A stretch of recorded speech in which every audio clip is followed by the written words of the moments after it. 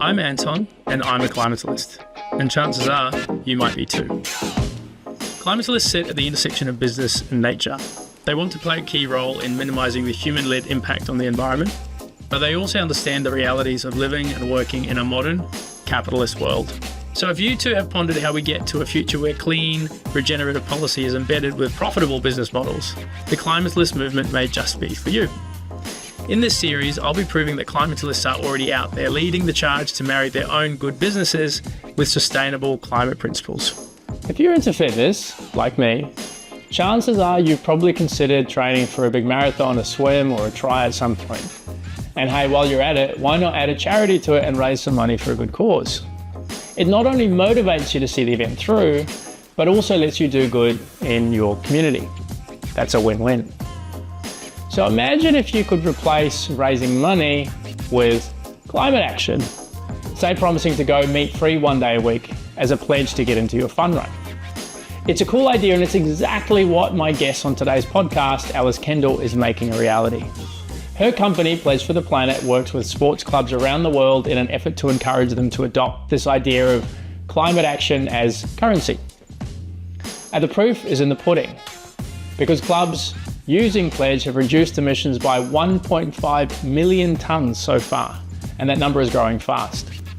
What struck me most about Pledge is that club members are adopting positive environmental habits, not for 1 day, but for the long term. And at the same time, they're encouraging their friends, family, and potentially their local cafe to do the same. I was excited to delve really deep into Alice's business to understand how action as currency works, and also how she plans to open her product up to business, which means that Pledge's impact will scale by an order of magnitude. Stay tuned. Alice, welcome to Climatalist. Thank you. Thanks for having me. Pleasure. It's going to be a great chat. It's going to be a great chat. So let's get straight into it. Your journey is pretty interesting. You've come from being a graphic designer and a marathon runner in London to a climate tech CEO in Australia. Paint us a picture of life growing up. Were you always creative and sporty, or did one of those two things come first? Just going to caveat here, calling myself a marathon runner makes it sound like I'm some professional marathon runner. I'm absolutely an amateur marathon runner. And that I guess did come as I was growing up. I always enjoyed running at school and had always been kind of sporty and always been kind of creative. And I think when I went to uni, I went to Loughborough University, which is in the UK, and it's very, very sporty. And I studied graphic design there. So I guess that's where the two sporty and creative worlds sort of collided. And growing up, my parents weren't that active, but very creative. Dad's a real creative, used to work in the ad world and that sort of thing. So I suppose I was always around creative minds, creative questions, and Mum would always pull me along for a run in the morning. So I guess they influenced my sporty creativeness as well. There you go, one from each. That's fantastic. And what London, centre of the universe in many ways, particularly from a design standpoint. What brought you to Aussie? My best friend who I went to school with moved over to Australia just after she finished uni, and I came over to visit her with another best mate of ours, and we were here for 2 weeks. And as soon as we touched back down in London, we had planned to move over to Australia, and 9 months later we were packing our bags and we were moving over to Australia ourselves. So it was a holiday that turned into, let's have a bit of a change, let's have a bit of a switch up. And I think when you do something like that with a friend and you're ready for an adventure, it all kind of just fell into place quite nicely, and then sort of got stuck, which I'm not sad about. Stuck. Great place to be. Stuck. Was that through COVID? Yes. So landed here February 2020, just before COVID hit. And yeah, I guess kind of semi got stuck here. It was either stay or leave the country and never get back in, for the next couple of years.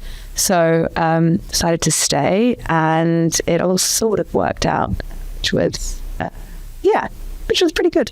Epic. So I know, we're both. I'm a recent import. We both live in Bondi.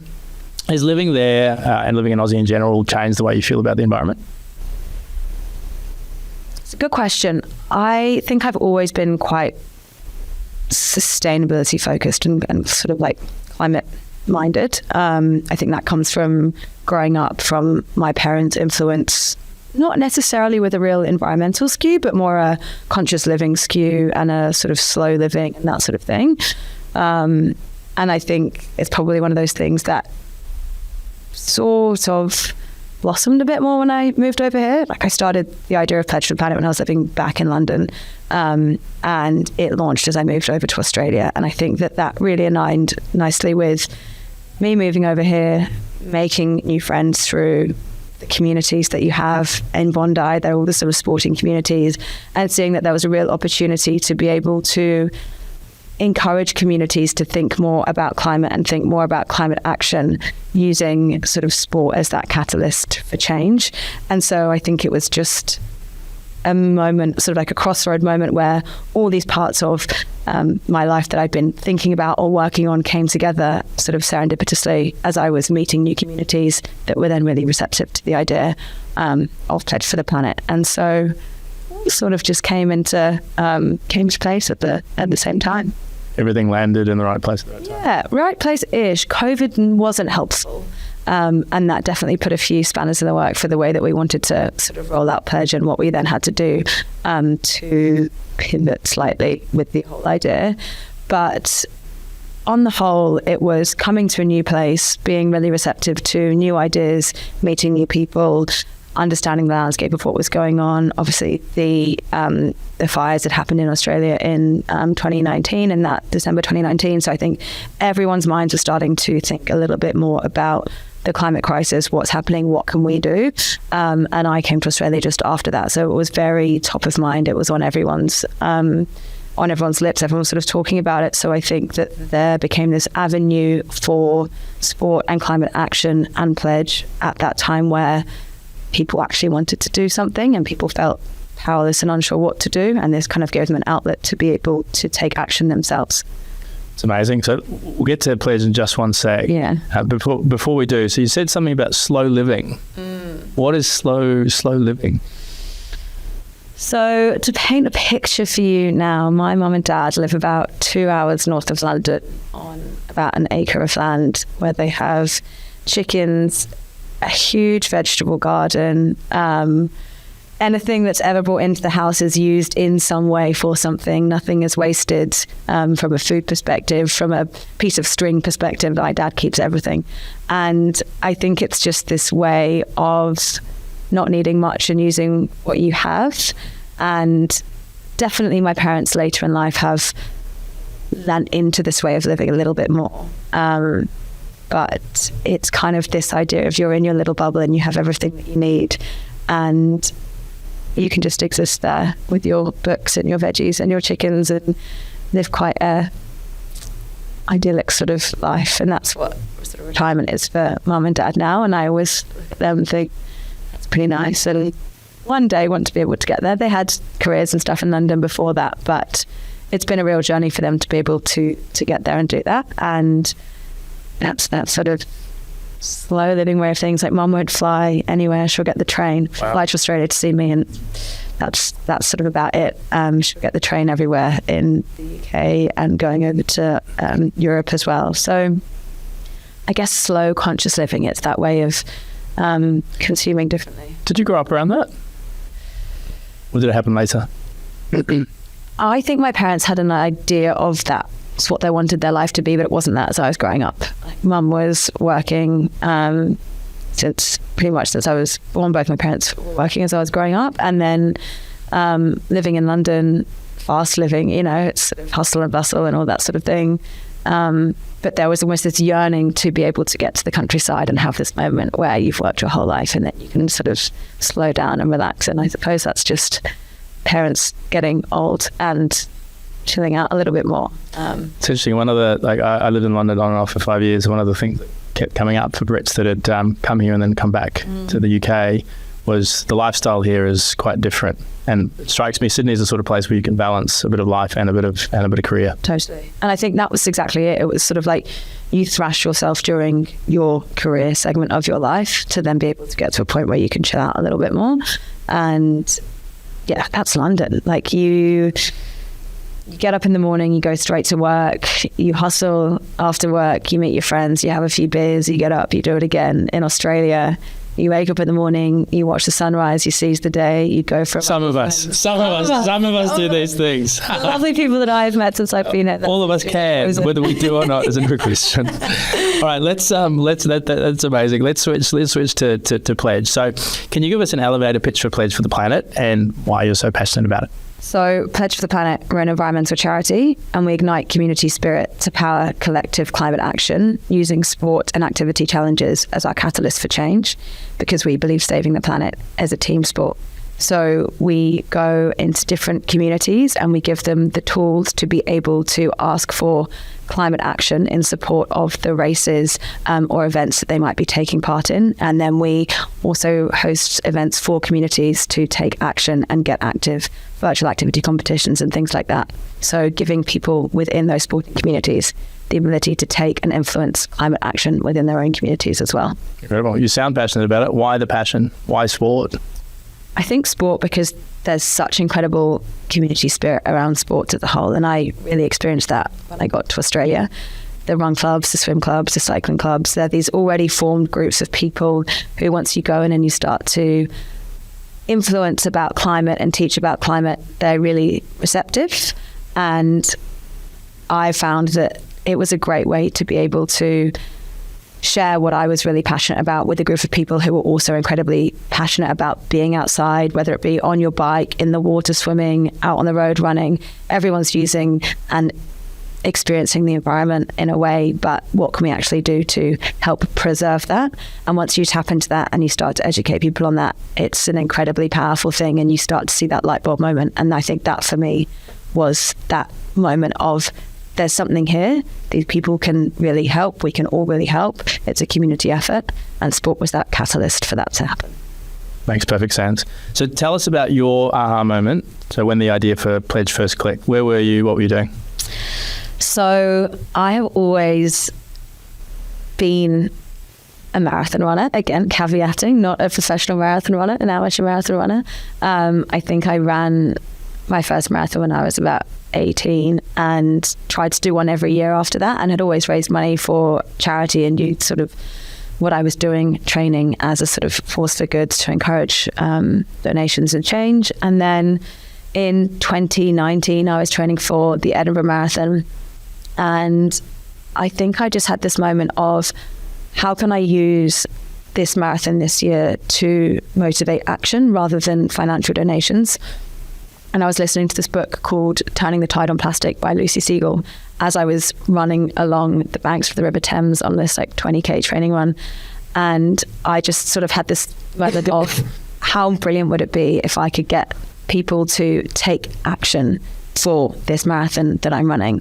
And I didn't really know what that looks like, but it was sort of this drive to find a way to use doing something challenging like running a marathon to get people in your own community to start to think differently. And that was kind of the aha moment, and then the sort of planning and what it ended up looking like followed after that. But ultimately I wanted to get people to do something to support me running the marathon that year. It's amazing that you can pinpoint that moment. It's not often the case. Yeah. So tell me about, so let's double click on the author that you talked about in the book. Yes. Tell me about that. So Lucy Siegel, she's pretty well known in the UK. She works a lot on waste and climate issues, and she'd written this book, and it was all about sea creatures and the way that they were ingesting plastic waste, and used these quite like visceral images of, you know, cutting birds open and seeing all the plastic that was inside of them as a result of them eating things that were on the shoreline. It was talking about the nodes of plastic that had sort of broken down so much so that they just look like little pebbles on the beach, but when you pick them up, you realize that they're actually pieces of plastic, and just how it was sort of becoming the norm within our shorelines and within the sort of the ecosystems, that plastic was becoming a really big part of that. And I think when you start to picture those images, you think that's pretty rubbish. Like, there needs to be something done to stop this from becoming the norm. And I sort of had followed Lucy Siegel's work for a while, and I thought this is the time to try and act on what she has sort of brought to the surface within writing and speaking about these issues. So I guess it was just a motivation moment, and inspired by one of the incredible people who is talking about the real issues that are as a result of human behavior. And I thought, well, let's try and do something about that. Incredible microcosm moment. Sounds like the whole platform sort of extrapolates from that one moment, which is super interesting. So how do you think your design background gives you a perspective when tackling this problem through Pledge? I think the design background helps from a thinking process, thinking about people using something, how to make it easy and adoptable and all that side of, from a more like product perspective. But when I actually started Pledge at first, it was just a great tool to have in my back pocket to be able to get something from brain onto paper and in front of people that looked semi-legit. And I think, if you can, your hand in Adobe or in Figma and stuff like that, you can whip a few things up, put them in front of people, test really lo-fi versions of what you're thinking about, get feedback, not have to spend much money on that at all, and build from that. So it was kind of my way of thinking, and the frameworks that I had worked through as a designer just were then applied to, I was the client, this was the problem that I wanted to solve. And it was the language that I knew how to speak in. And it was just a handy way to get stuff out in front of people that I wanted to use it. Is it hard when it's your baby? So hard. And over the last probably 6 months, I have really struggled with founder/designer. Designer's a perfectionist, and everything has to be spot on before you sort of put it in front of the masses. Founders and startups, you have to fail fast and you have to get stuff out really quickly, and your MVP is a really ugly baby, but you want to put it in front of people so you can work out how to fix it before you start going to the next version. And I definitely spend too long on things because there's that design mindset within the way that I produce work. Sometimes it's a blessing and sometimes it's a curse, but it's there, so I just have to try and work around it. Balance in all things though, right? It's that perfectionist mentality also helps with getting to a really, really good outcome, right? Because you don't let go of the bone until you absolutely nailed it. Totally. And I think that drive and motivation comes from that perfectionism. It's like you're not letting go until it's right. And I think you have to have that if you want to start building a non-financial charity. Sometimes I wonder, why are we doing this? And I think it's that, that real drive that comes from something being greater than you and your sort of the way that this is being introduced to the world. And it's just, you have to head down and go and not let go of it until it's right. So you've said the first version of Pledge was more like a passion project. How did you navigate taking the leap to full time? Did uncertainty affect your timeline to make that decision? I don't know if uncertainty affected the timeline. I think it was, actually maybe it did. We launched Pledge in 2020, and it was a action as currency platform for marathon runners or people taking on sporting challenges to ask for environmental pledges instead of financial donations. And COVID hit in 2020, so all the triathlons, marathons, everything were cancelled. And so I think in those 2 years of COVID, everything was a bit in flux. And so I lent more into design work. And then in 2021, we launched this event called the 48-Hour Mission, which is all about getting clubs and community groups to use the platform in a virtual sense, a virtual activity competition. And we did that for 3 years, it's our 4th year of it this year. And at the end of the 3rd year last year, it's sort of grown to a point where I felt, if I don't take the leap and try and push this further now, it's never going to grow. And so it was a semi-hard decision, but there was this like burning desire in me to work out what success could look like for Pledge if I could dedicate every waking hour to it rather than just evenings and weekends. And I also had this conflict in my mind of taking a risk is better than not taking a risk and always wondering what if. And this sort of noise in my head was just getting louder and louder. And I was in a fortunate position where I was in a job that were very supportive and let me go down to 3 days a week, so I could sort of do this a bit more on the side but still be a little bit more stable. And then in March of this year I was like, it's time. The baby is pretty enough to try and put it out there a little bit more, and Pledge needs the time, and 12 months, let's go, let's see what can happen with it. So it wasn't a fast decision, and Pledge has been there for a long time in the back of my mind, and it just sort of felt like now's the time to take the leap. It was still scary, but I don't regret it at all. Congratulations. It's a big step. A lot of people never take it. Smart people don't take it. Let's talk in 9 months or 6 months from now. So let's break down Pledge a little bit more. You've mentioned a couple of times this concept of action as currency. Tell me about that and why use that approach to motivate clubs and people. Yeah, so traditionally people will donate money to charity to do something good, which is fantastic. But I wanted to find a way to motivate people to actually do something themselves and to motivate change with their actions. So that's where sort of action as currency. Instead of making a financial donation, you do something to reduce your impact on the planet through our platform. And the way that you do that is you choose from one of our 40 different pledges, and they are things like using your Keep Cup, going meat-free, cycling or walking to work, reducing your air travel. There's 40 pledges up there, so there's something for everybody, and we kind of have different levels of difficulty of things that you can do. So you can jump in as somebody who feels like a climate advocate, and there's something to challenge you there. You can jump in as somebody who's still walking around with your plastic water bottle and your takeaway coffee cup, and you can sort of start on the chapter 1 of your climate journey.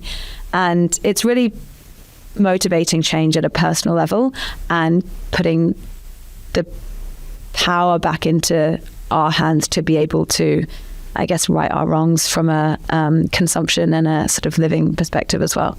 Amazing. And how are you tracking the impact of these activities? So we track the CO2 and the waste from each pledge that people make. So you jump onto our platform, you choose how long you're going to make a pledge for, and based on the number of days that you are going to stick to this pledge for, on the back end, working with our impact data partner, we are tracking the CO2 or the waste as a result of you making those pledges. And then you can see as an individual what change you're making. And then we ladder it all the way back up and we combine everyone's effort to show the collective impact that everyone is making on the platform, to really sort of prove this idea that individual actions have a big collective impact. And whilst you might not feel like using a Keep Cup every day is changing the world, when you realize that you're part of a bigger movement of people who are starting to change the way that we behave as people, starting to behave a bit more consciously, it's really powerful and motivating to be part of that. And you can see that in the numbers on our platform as well. It's incredible. And am I right that the person doing the marathon, swim, whatever it is, can pledge, but also they can secure pledges from friends or family? Yep, exactly. So it looks like a normal donations platform, but instead of asking for money as the marathon runner, you ask for pledges.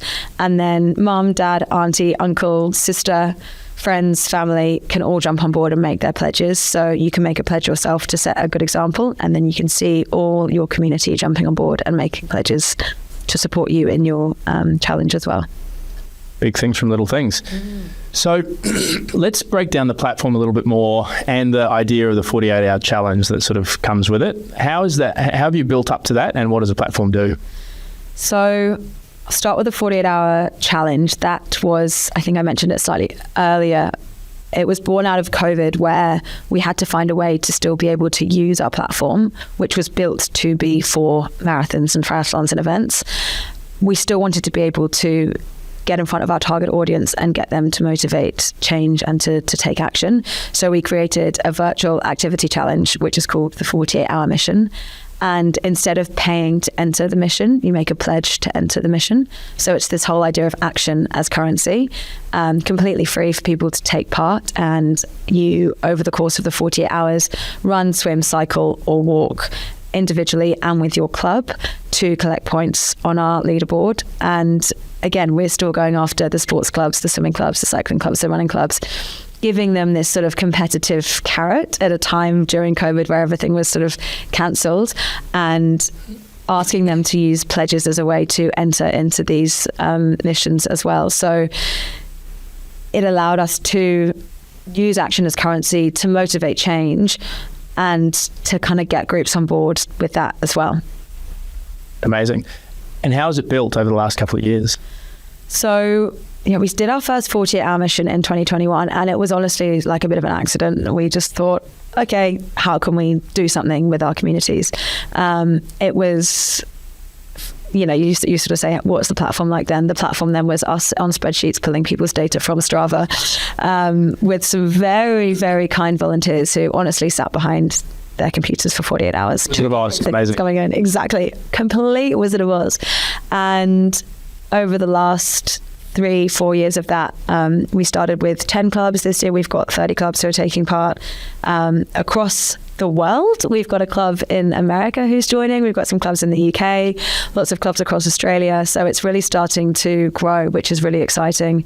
And it's one of those word of mouth things. Like, people see sports clubs doing it one year, and the next year they want to take part and they want to be involved with this movement of climate action through community sport. So it's sort of growing quite organically, which has been really great. And for us, from a platform perspective, it's given us the ability to test the platform and grow and really get live feedback from people as they're jumping on.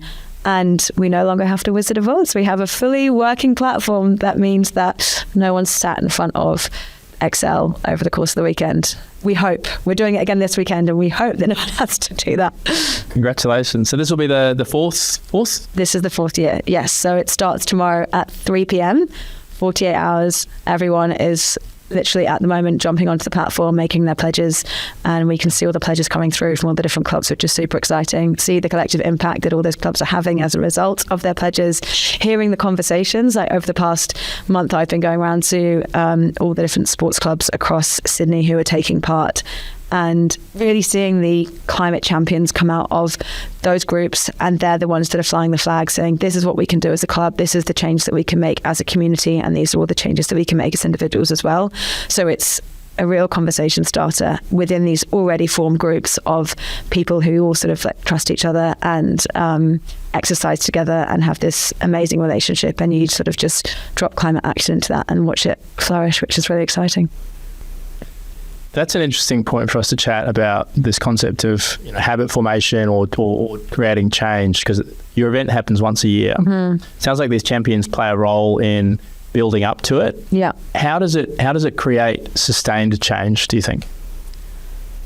So there are a few things that sort of come out of the mission weekend itself that create sustained change, and they will be things like run clubs once a week will go and do a plogging run, which is when you pick up rubbish as you run.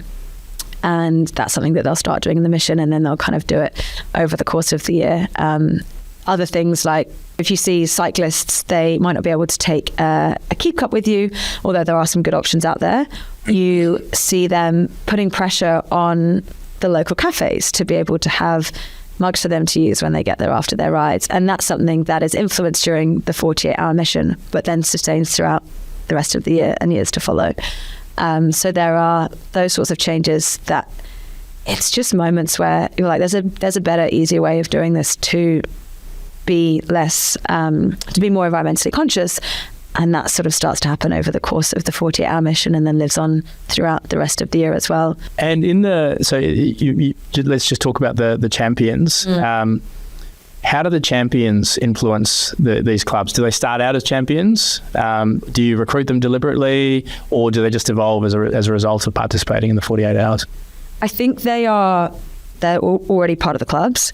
They're people who are already environmentally conscious, but this gives them the reason to talk about climate action within their club in a way that might not have come up in conversation before.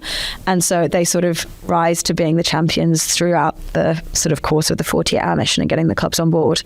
And I guess it gives them a platform to be able to influence change within the club as well. So yes, we definitely don't recruit them. They just sort of come out of the woodwork and really help us fly the flag, which is amazing. And then we can support them when they come to us and say, hey, look, we want to be able to influence people to go and meet free one day a week. Are there any recipes and things like that you can share with us? And we have amazing sort of content creators who are doing lots of those recipes that then we can pass on through to them. So we sort of become this facilitator of people that have wanted to create climate action within their communities, and we give them the tools to be able to do that and sort of speak loudly to their group of people around it. That is incredible. So let's pivot to business, which is a new segment that you're targeting with the relaunch of your platform, which you're going through at the moment. How you're planning to monetize. So this intersection of climate action, we've talked a lot about community building and corporates. How do those things come together with this new version of Pledge? Yeah, so funnily enough, we're launching corporate missions next week, and it's basically the 48-hour mission, but spread over a month for businesses. And this, again, kind of came out quite organically because people who had taken part in our 48-hour mission were coming to us and saying, we wanted to be able to do this with our team at work. Like, this is awesome. How can we take it to work? And because we were Wizard of Ozing a lot of the tech behind it all, we needed to be able to build something that we could take to businesses that they would be able to use with hundreds of employees and it work and not break. So that's kind of what I've been building over the last 6 months since leaving work. And it's great because it allows people to start the climate conversation within their workplace. It's action and activity. So everyone makes a pledge to take part in the challenge. And it's kind of like September or Movember, where it's this month-long challenge for a business to do.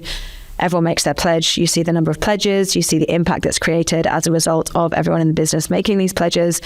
And then run, swim, cycle, or walk. And that's really that employee engagement piece.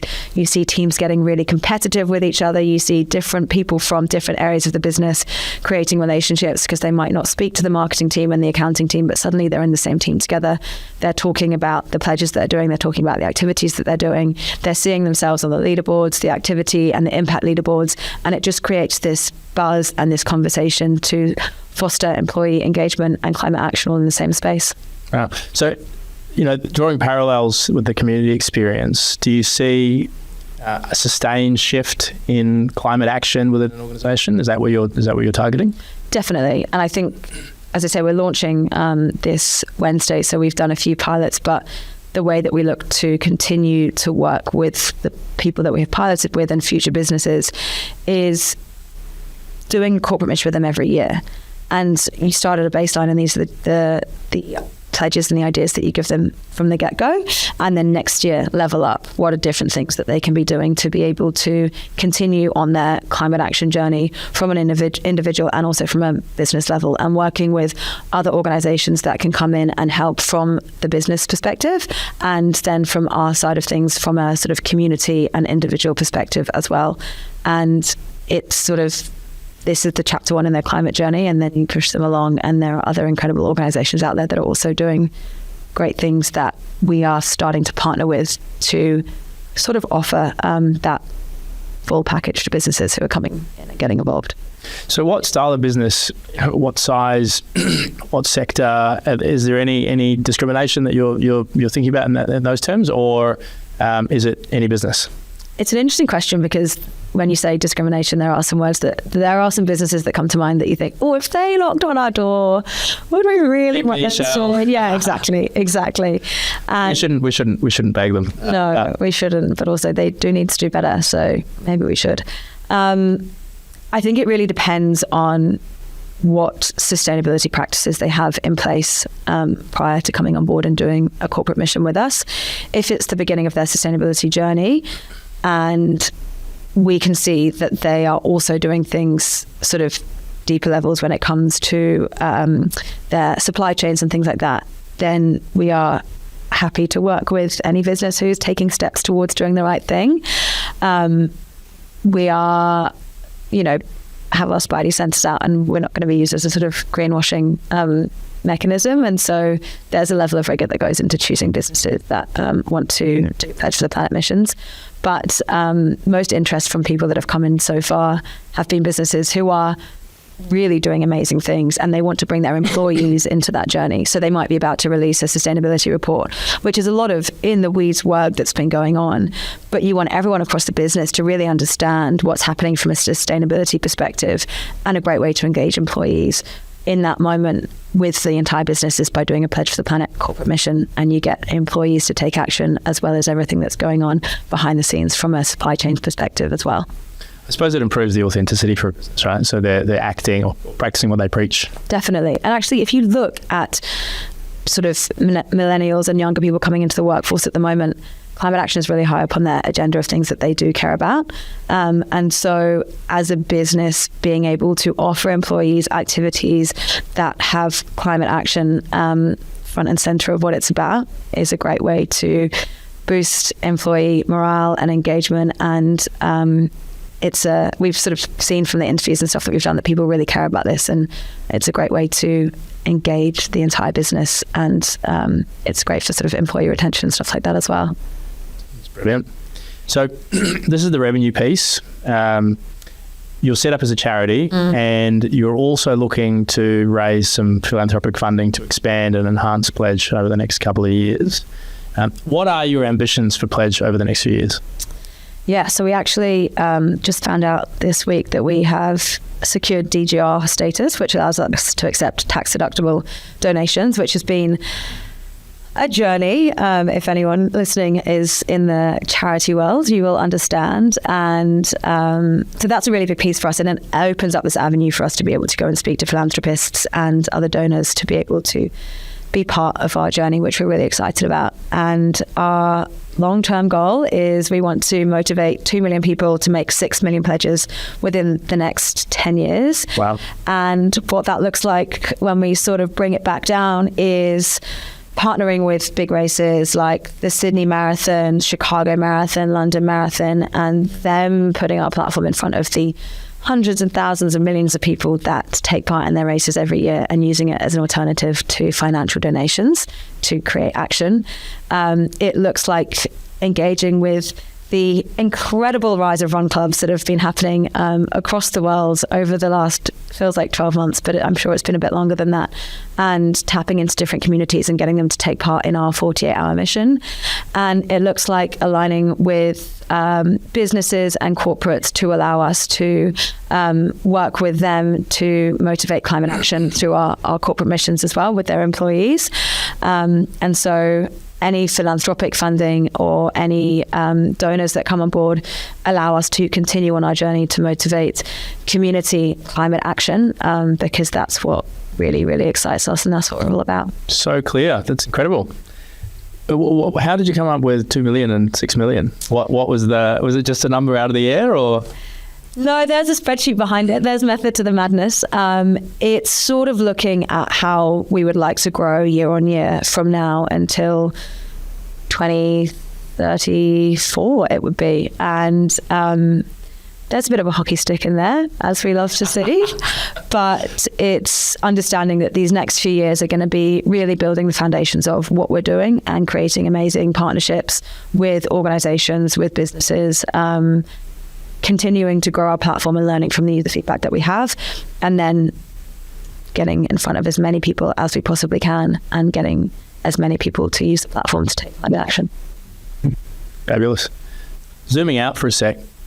So really clearly painted a picture of individual climate action and shifting awareness. Where do you think Pledge fits in the grand scheme of tackling climate change? What role does it play? It allows everybody to be part of climate action.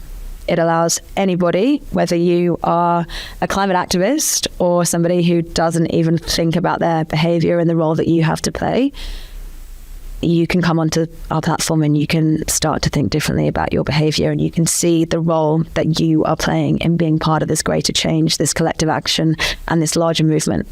So I think what Pledge does, it gives anybody the ability to be part of this movement at whatever stage of it that you're in. whether it be Chapter 1 or whether it be you're a climate advocate and you want to use the platform to try and motivate more of your community to get on board. It's incredible. I suppose you create a wedge, I suppose, of people, your 2 million pledges over the next decade, who then influence the rest of the community. Yeah, it's that real network effect, right? It's like someone does one thing, they then influence their sphere, and then more and more people start to adopt those behaviors. And you know, we're herd animals, we're herd creatures. As soon as we start to see trends or behaviors or habits, everyone starts to pick up on them. And so it's giving people the ideas of things that you can do. It's giving people the education to be able to talk about that in a setting when you're having a coffee with a friend and you're trying to persuade them to go meat free one day a week. And it's giving people the ability to share that more broadly with their own community as well. Yeah, technology has a lot to answer for in terms of some of the negative effects it's had on mental health and other things. It's really amazing to see someone using the best of tech to drive this kind of change. So it's fully behind what you're doing. It's amazing. One more question on this trend around on this. One more question on this business block. Earlier this year, I was talking to a bunch of people in the sector, and I had one particularly senior industry professional tell me that they didn't believe that every company should be thinking about taking climate action. Do you agree with that? No. I think everybody everywhere should be thinking about taking climate action, and it looks different for different people, different businesses, depending on what you can do within your sphere of influence. I don't think we have any time to waste for people not to be thinking about it.